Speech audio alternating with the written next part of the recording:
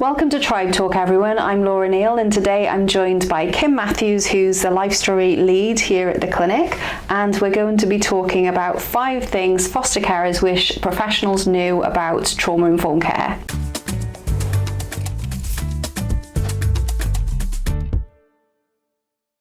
It's currently Foster Carer Fortnight, so we're having a focus on foster carers and the amazing job they do. Critically, if we don't support our foster carers, then how are they going to be able to support the children that they're caring for? So today we're coming up with 5 things that foster carers have told us over the years that they really wish professionals understood about the jobs that they do and the roles that they play in our young people's lives. So today I'm joined by Kim, who is our Life Story lead, and Kim is also a previous social worker and now a Life Story therapist, so has spent much of the last, I'm going to say 15, but it might be longer, years, working with foster carers in a supportive capacity, and also more recently helping them with Life Story work as well and engaging them in the Life Story process.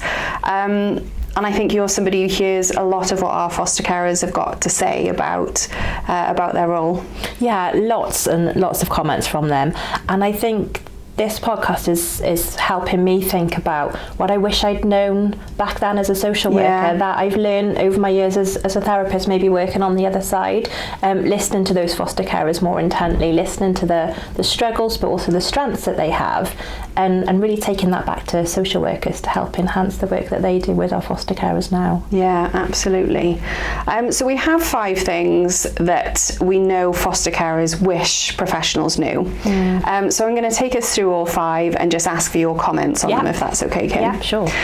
So number 1 is that foster caring is a professional role, and that's something we hear all of the time, I think, from our foster carers, that it is a professional role, but it's not always recognised as a professional role, which can be tricky in a number of respects, I think. Yeah, absolutely. There's so much conversation about this happening at the moment, and really we do want our foster carers to be professionals and to be engaging in that professional role, but they're not recognised as employees of local authority or of the government, and so they're not recognised in that way as a professional, and then maybe not having access to the training or support that professional role would typically give them in any other context, and then not valuing their thoughts and opinions and their expertise as much because maybe we don't see them as professionals. So there's a real kind of torn decision making around that at the moment, and kind of where it's going to go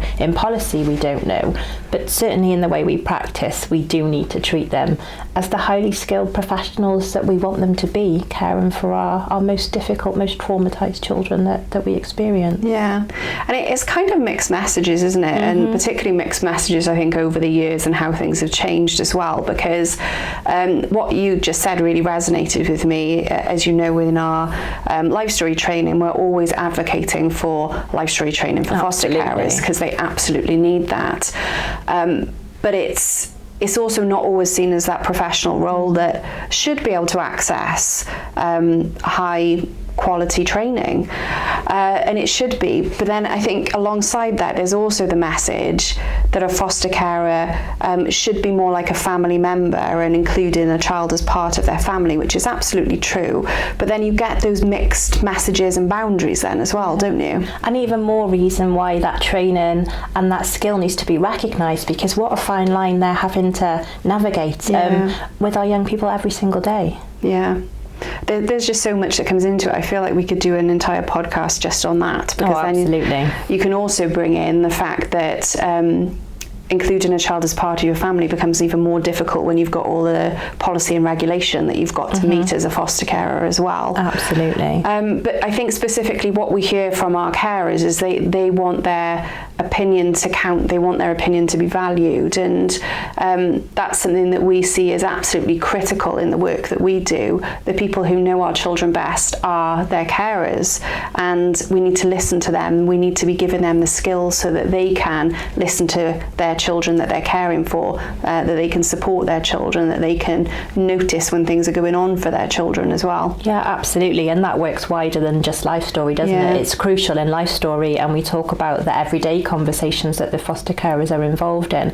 But also in the everyday care, they see the behaviour changes, they see the relationships develop. And within our trauma-informed care, wider than Life Story, we need to recognise their thoughts, their opinions, their observations of our young people, and really take them into account when we're formulating plans, making decisions in meetings. What they have to say really, really does matter. Yeah. Where would you like to see that go in terms of that debate of, is caring a professional role? I think, for one, it's really good that we're having that debate, that it's becoming more popularly talked about, because it's recognising that need. But I think it is a really fine line. I'm interested to see, as much as everyone else, the way the policy goes. But I think it is a profession. They do need to be treated as such. If we want that high quality care, we have to treat our foster carers as such, who can deliver that high quality care. But how we do that, whilst still incorporating that family element, takes a lot of thought and a lot of co-working and support from everyone around that young person. And it's not just going to be as easy as a generic professional role that maybe others engage in. It does really need some specific thinking about. Yeah, which actually brings us on to point 2, that foster carers wish professionals, I think they know this one, but maybe don't appreciate it, and that's that caring is a 24/7 role. Absolutely. There's no switch off, is there? Yeah. And that's, I think that's always something that any professional needs to come back to time and time again, because for ourselves, for example, we're therapists, or for when we were previously both social workers, absolutely. We could switch off. Now, it wasn't at 5 p.m. every day, as every social worker will tell you, but you could go home and detach. There is no going home and detaching for our foster carers. It is a 24/7 job where they are dealing with whatever is going on for that young person all of the time. Yeah, that's it. And even if we physically detach, maybe sometimes we don't emotionally, but you have got that separation from it that our foster carers don't. And oftentimes they're caring for other children or holding down other kind of part-time jobs or sometimes full-time jobs, but they've got a lot of dynamics going on in those households. There's a lot of complexities that they're trying to manage, and recognising that those are additional pressures and some great benefits from looking after our young people who are care experienced. They've got some wonderful positives that come with that, but it does bring a lot of pressure too. Yeah, and particularly if you have a child who has additional needs and you're managing those pressures on a 24/7 basis, and maybe something goes on in your own life, so something you weren't expecting, and you then have to juggle those 2 things, or maybe 3, 4, 5 things for some of our carers. But it is a lot of juggling, it is a lot of pressure, and it is, I think, that some appreciation for actually our carers need downtime as well is really important. Yeah, and I think this is where the system pressures play a part, don't they? And that whole system working around our foster carers is that they tend to kind of get the brunt of the challenges without the benefits of those support and that space around them, which they absolutely need to manage that challenge when it comes. Yeah. So what do you think are the benefits of it being a 24/7 role? So there are pressures, absolutely, but I think it also brings a lot of benefits as well. What do you see those are? Yeah, no, huge benefits.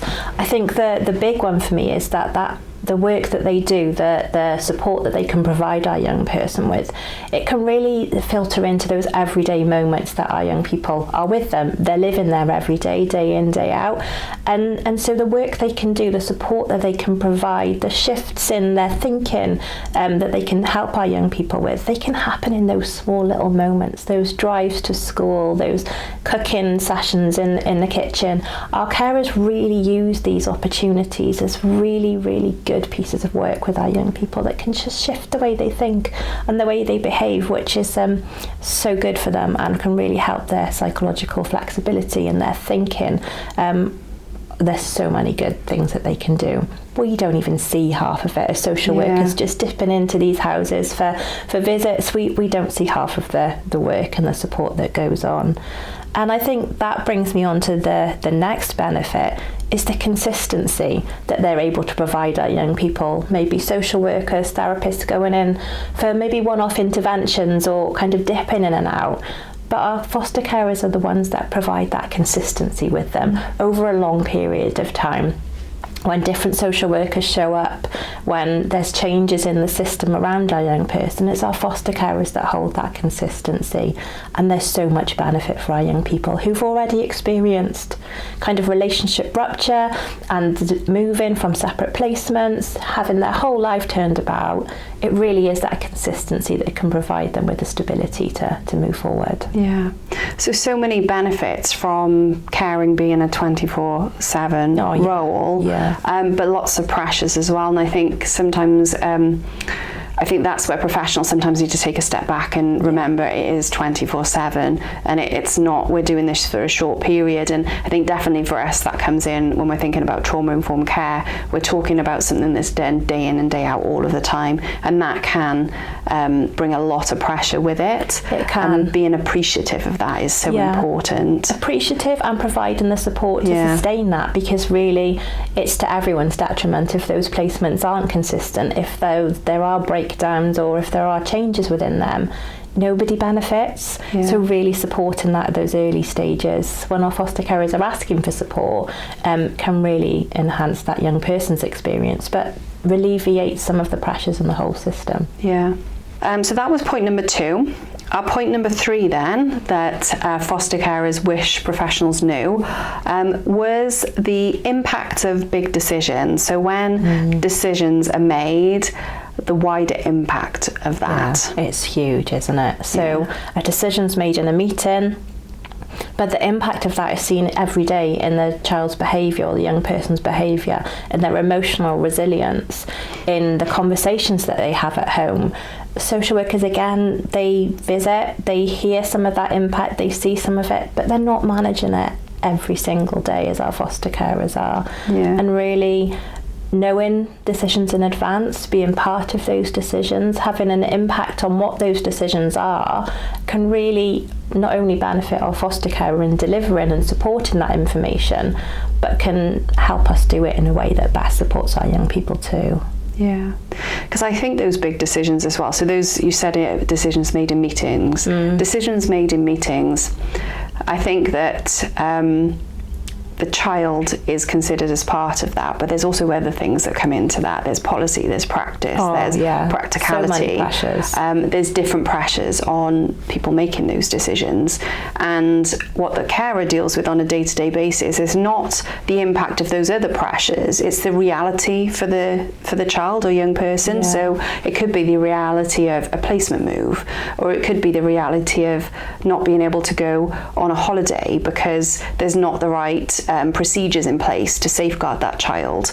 And it might be something that for the child doesn't make any sense at all, and then the foster carer sees the repercussions of that on a day-to-day basis. Absolutely. And when other professionals, rightly so, are managing those other dynamics and those other system pressures, sometimes we do lose sight of the significance of the impact of those decisions on our young people. But again, treating our foster carers as professionals, we want them to advocate for that young person, to bring their impact to the fore, so that we really do think of that when we're making decisions for our young people or their families, that their needs and the impact on them is weighed up before we finalise any of those decisions, really. Because the foster care will be dealing with that day in and day out. Just thinking of one that comes up fairly frequently, a change in contact arrangements, for example. So you might have a situation where mum, for example, hasn't attended contact for the last 3 contacts, so contact is put on hold. Foster carer has the role of communicating that to the young person, but the young person hasn't been in those meetings and those discussions finds it difficult to make sense of it, and then the foster carer's dealing with the repercussions of that day to day, but then also during that time when contact usually happens. Well, why can't I see my mum? Why is my social worker saying that? And something that seems like the best decision in a meeting becomes very difficult to deal with at home. Yeah, and it might still absolutely be the best decision, but that comes with that collaborative approach then, doesn't it? Helping explain to the child, and it not just being a one-off explanation. It might be that a social worker's explained it but needs to come back and revisit it, needs to answer some more questions or explain it a little bit differently, and it's our foster carer that's going to hear that feedback from our young person and know when they need a little bit more, when they're not really understanding it, seeing the behavioural changes that say actually we need to explain it a bit differently, to give them a little bit more now, to hear what they're saying back, because maybe there's a different way of doing things that as adults we hadn't have thought of, that our young people do express, but it's our foster carers who are going to hear those messages. Yeah. And need the skills to be able to know what to do with those messages. Absolutely. And then the support around them. Know how to support our young person with that, but also know how to explain it to the adults, the other professionals around them, and be heard when they say that as well. Their opinions be validated and treated as the other professionals in that space. Yeah. Point number 4 that foster carers wish professionals knew is that carers need information. I think this is one we hear all of the time. Absolutely. That carers need information. The number of carers I think we've spoken to who say they don't have any information on their young person's background, or they don't have really important specific pieces of information. And carers do need information. They might not need all of the information, but they need information to be able to provide effective care. Absolutely. Provide effective care, generally, but I think this one fits so nicely into life story work as well, and that our young person's narratives, our young person's lives doesn't sit within sessions that somebody else comes in and provides.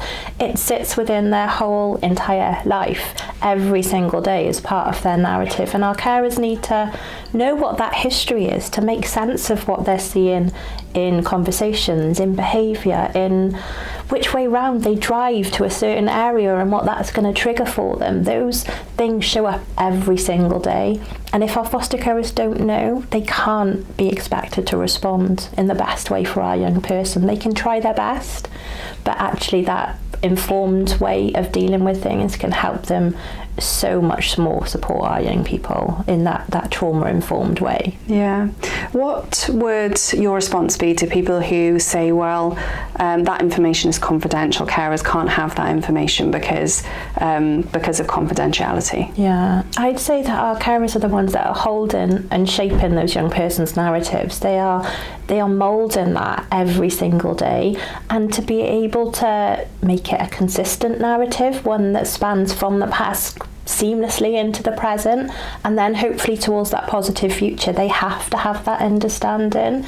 And it's so much healthier for our young person to have that healthy challenge, to have that perspective taken from somebody that they trust and that they see every day. So a foster carer saying, I wonder if it's a bit different, I wonder if this is why mum did that thing or didn't come to contact. Having that knowledge can really help them have those conversations in a much more open and healthy way for our young people, that stops so many of the more complex emotional challenges and behaviours that I see definitely in therapeutic life story work. Years and years have gone on where nobody's corrected something that could have been corrected really early on, and if a foster carer knew the more accurate story, they would have definitely been able to support earlier. Yeah. So yeah, sometimes confidential information is there. There are things that are a parent story maybe and not the young person's story and shouldn't be shared. But for our, it comes back to that professionalism as well. We share this information with professionals supporting that young person. So if they were a doctor involved in some examinations and they needed to know that history, if it's a school teacher and they need to be shared that information, we need to treat our foster carers the same way, because they're caring for our children on a daily basis. And it's really fundamental to trauma-informed care. Absolutely. How can you be trauma-informed if you don't have any information about the trauma that a young person's experienced. Absolutely. And then we fall into the realms of, are we re-traumatizing? Are we triggering trauma because we don't actually know what's happened, and therefore if we could re-traumatize, we don't know. Yeah, absolutely. Yeah. And one of the key things that our foster carers tell us is, how do I respond when our young person shares something with us? And that being informed, that understanding that history really helps pitch those responses in a much safer way that doesn't re-traumatize our children, that does hold them through that trauma processing part of their experience so much better than if they didn't have any knowledge at all. Yeah. Which leads us on to point number 5. So point number 5 that foster carers wish professionals knew was that to be trauma informed, you have to treat your carers in a trauma informed way as well. 100%. We've talked all the way through this, I think, about system pressures, the struggles that we have to balance, the different dynamics at play. And these can lead to kind of carer burnout, physically and emotionally being tired, physically being harmed, being in the way of like some really challenging behaviour from our young people. And then to be criticised or judged or not treated fairly in that situation is what our foster carers tell us anyway, can feel like there isn't that trauma-informed treatment of them as professionals caring for our young people within a system that should be trauma-informed right from the top down. Yeah.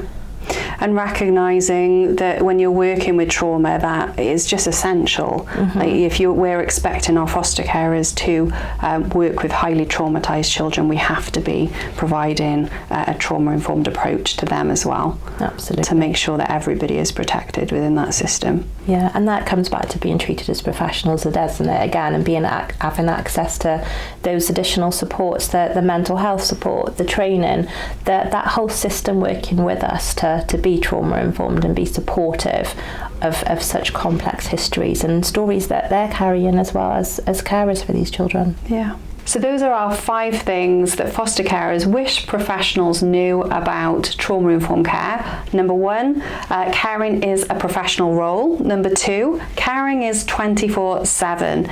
Number 3, the impact of big decisions is huge in everyday life. Number 4, carers need information in order to provide effective trauma-informed care. And number 5, carers should be treated in a trauma-informed way. Thank you for listening. If you've enjoyed today, then subscribe to Tribe Talk for more trauma-informed care in practice.